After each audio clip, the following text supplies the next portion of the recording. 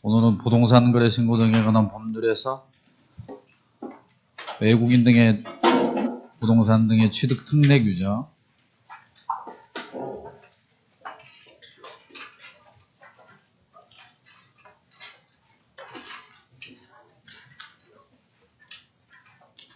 요약집 97페이지.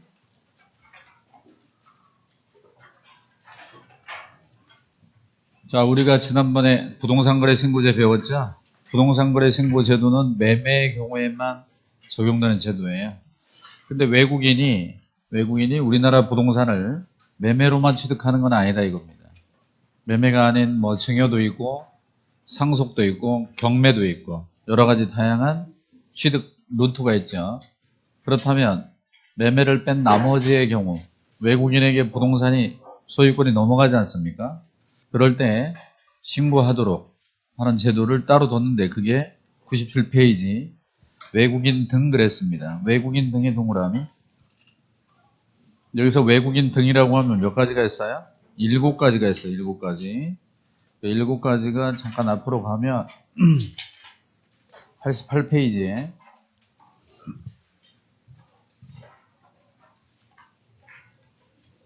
88페이지 보면 박스가 있고 그 박스가 외국인 등이에요. 찾았습니까?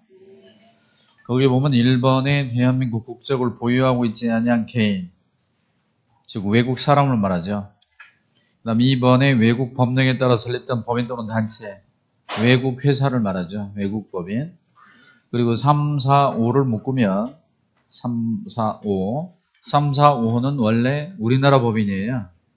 우리나라 법인, 우리나라 단체인데 사원이나 구성원의 2분의 1 이상이 외국 사람으로 구성이 되어 있거나 4번 업무집행 사원이나 이사 등 임원의 2분의 1 이상이 외국 사람으로 되어 있거나 5번 1 또는 2가 그러니까 외국 사람이나 외국 법인이 우리나라 법인인데 자본금 또는 의결권의 2분의 1 이상을 가지고 있는 그 법인 또는 단체 그러니까 3, 4, 5번은 원래 우리나라 법인이지만 반수 이상이 외국 사람이나 외국 자본으로 채워져 있으면 외국인 취급을 한다는 거고 6번에 외국 정부도 취급하고요.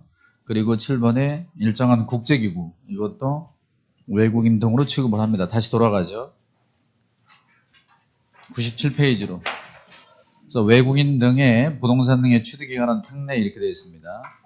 그러니까 이게 부동산 거래 신고 제도에 대한 특례 규정이다 이렇게 보시면 돼. 자, 다만 이 규정이 적용되는 건 소유권 취득만 적용이 돼요.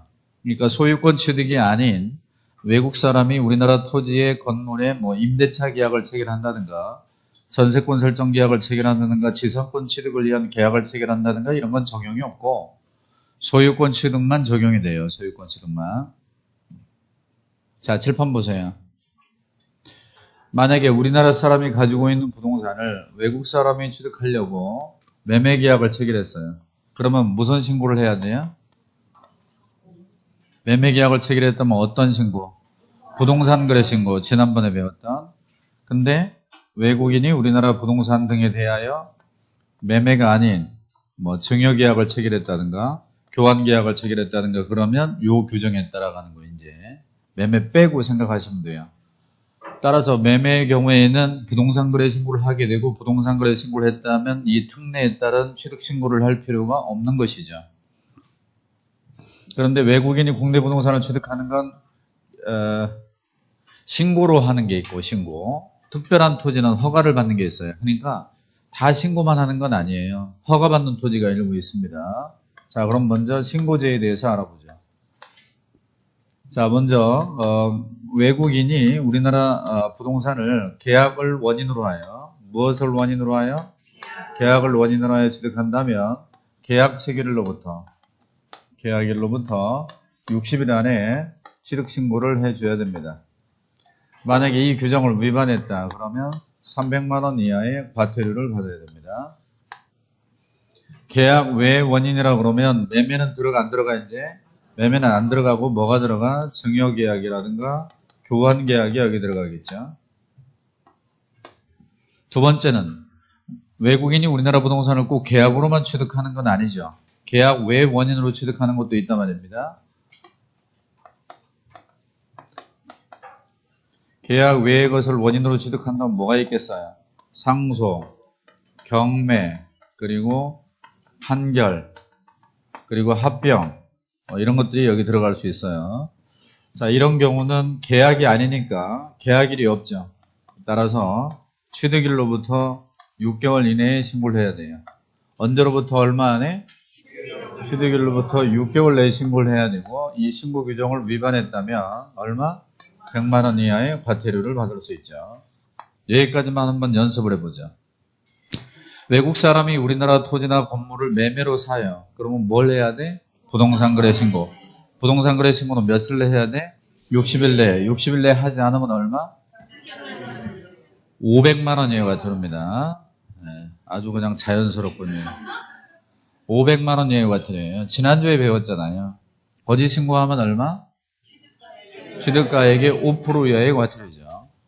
외국 사람이 우리나라 토지나 건물을 증여계약을 통해 취득합니다. 증여. 자, 며칠 내에 신고해야 돼? 60일 내에. 60일 내에 신고 안 하면 300만 원 이하의 과태료요. 거짓 신고해도 300만 원 이하의 과태료죠. 거짓 신고까지 다 포함하니까 이거는. 외국인이 우리나라 토지나 건물에 대하여 경매로 취득을 해. 경매로 취득할 땐 취득일로부터 얼마 안에? 6개월 내. 6개월 내에 신고 안 하면 얼마? 100만 원 이하의 과태료. 거짓 신고해도 100만 원 이하의 과태료입니다. 근데 대한민국 국적을 갖고 있으면서 해외 영주권을 취득한 자가 있어요. 국적은 우리나라 국적인데 해외 영주권을 취득한 건 우리나라 사람이에요? 외국 사람이에요? 우리나라 사람이에요. 그러니까 이 규정이 적용을 받지 않습니다. 그 사람 그냥 우리나라 사람이에요. 자, 그리고 계속 보유 신고라는 게 있죠. 계속 보유는 자, 예컨대 10년 전에 우리나라 사람이 우리나라 부동산을 취득했을 때 이 규정과 아무런 상관이 없다. 그런데 10년이 지난 지금 이 사람이 외국인으로 변경이 됐죠. 외국인으로 변경이 됐을 때 그 부동산을 처분하면 되는데 처분하지 않고 계속 갖고 있겠다. 그러면 변경일로부터 얼마 안에? 6월 안에 계속 보유 신고를 해주면 돼요. 그러니까 팔면 되고 안 팔면 6월 내에 신고해라. 신고하지 않으면 그것도 얼마? 100만 원 이하의 과태료입니다. 여기까지의 내용이 여러분 교재에서는 95쪽에 상단에 있습니다. 그 상단, 97쪽에 97쪽 상단에 부동산 등의 취득 신고에서 계약을 원인으로, 계약 외의 원인으로 계속 보유 신고. 이때는 취득일로부터 6월 내에요. 변경된 날로부터 6월 내에요. 변경된 날로부터 6월 내입니다. 그 다음 그 밑으로 토지 취득의 허가가 있죠. 이것은 외국 사람이 우리나라 모든 토지를 신고만으로 취득하는 건 곤란하다. 그러니까 아주 중요한 토지는 사전에 허가를 받도록 규정을 하고 있어요. 자, 이제는 허가제입니다. 허가제. 칠판 보죠. 우리나라 토지 중에서 특별히 허가를 받아야 되는 대상 토지가 있어요. 그 대상 토지가 따라해요. 군사, 생문야. 첫 번째가 군사시설 보호구역. 두 번째가 생태경관 보존지역, 그리고 문화재 보호구역, 야생생물 특별보호구역 이렇게 되죠. 이 네 가지 토지의 경우는 허가 대상입니다. 그러나 무슨 공원구역 같은 거 해당 사항이 없고요. 국토법상 자연환경 보존지역은 여기 해당 사항이 없습니다. 상수원 보호구역이 있어 없어? 없습니다. 있을 법하지만 없죠. 그러니까 이거는 애울 수밖에 없어요. 한 번 더 따라합니다. 군사, 생문야. 여기가 경상북도 경주시에 있는 문화재 보호구역이에요. 문화재 보호구역 안에 토지가 있는데 이 토지를 우리나라 사람이 현재는 보유하고 있지만 그걸 외국 사람이 취득하려고 그래요. 그러면 사전에 경주시장한테 허가 신청을 하죠. 이때 허가 신청은 외국인이 하는 거예요. 저 신고도 다 외국인이 하는 거예요. 우리나라 사람하고는 상관이 없습니다. 위반했을 때 과태료도 외국 사람한테만 때리는 거예요. 여기도 외국인이 하는 겁니다. 허가 신청이 들어가면 관할청에서는 15일 안에, 며칠 안에? 15일 안에 허가 처분이나 불허가의 처분을 하겠죠. 그러나 외국인이 그 문화재 보호구역 안에 토지를 취득하더라도 그 구역의 지정 목적, 즉 문화재 보호에 지장이 없다라고 한다면 허가를 내주라고 하고 있습니다. 이거를 허가의 기속성이라고 그래. 그리고 허가를 받고 계약을 체결합니다. 허가받아 계약을 체결하면 유효, 허가받지